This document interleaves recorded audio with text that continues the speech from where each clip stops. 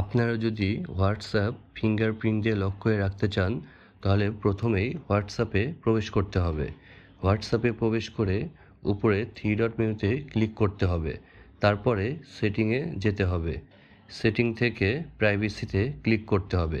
একটু নিচের দিকে গেলে অ্যাপ লক এটাই ক্লিক করতে হবে। এখানে এই টিক চিহ্নটা দিয়ে দিতে হবে। তারপরে আপনার ফিঙ্গারপ্রিন্টটা দিতে হবে। ফিঙ্গারপ্রিন্ট দেওয়ার পরে এটা অ্যাক্টিভ হয়ে গেছে।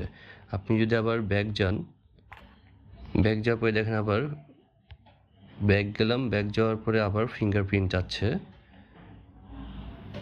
ফিঙ্গারপ্রিন্ট দিয়ে আপনাকে হোয়াটসঅ্যাপ চালু করতে হবে। আপনি যদি আবার আনলক করতে চান, মানে আপনি যদি ফিঙ্গারপ্রিন্ট ডিজেবল করতে চান, তাহলে সেমভাবে আবার উপরে থ্রি ডট মেনুতে ক্লিক করে সেটিংয়ে যেতে হবে। সেটিংয়ে গিয়ে প্রাইভেসিতে গিয়ে একটু নিচের দিকে এসে অ্যাপ লক এখানে এসে টিক চিহ্নটা তুলে দিতে হবে। দিলে আবার এটা ফিঙ্গারপ্রিন্টটা ডিজেবল হয়ে যাবে। আপনি এভাবেই চাইলে আপনার হোয়াটসঅ্যাপকে ফিঙ্গারপ্রিন্ট দিয়ে লক করে রাখতে পারবেন।